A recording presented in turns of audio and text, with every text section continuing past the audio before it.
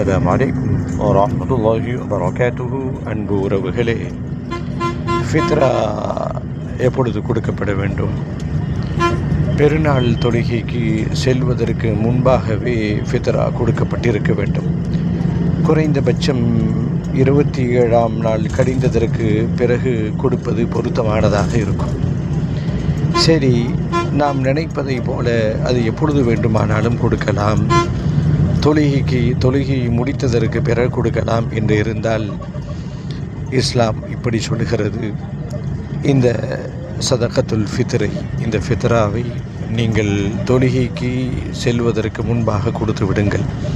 அப்பொழுதுதான் அது சதகத்துல் ஃபித்ராக கணக்கில் எடுக்கப்படும். தொழுகைக்கு பிறகு கொடுப்பவர்கள் அது சாதாரண தர்ம கணக்கில் எடுக்கப்படும் என்று மார்க்கம் சொல்கிறது. ஆம், சதகத்துல் ஃபித்ரை பெருநாள் தொழுகைக்கு செல்வதற்கு முன்பாகவே நாளை பெருநாள் கொண்டாடவிருக்கின்ற அன்பு உறவுகளே, ஃபித்ராவை கொடுத்து விட்டீர்களா?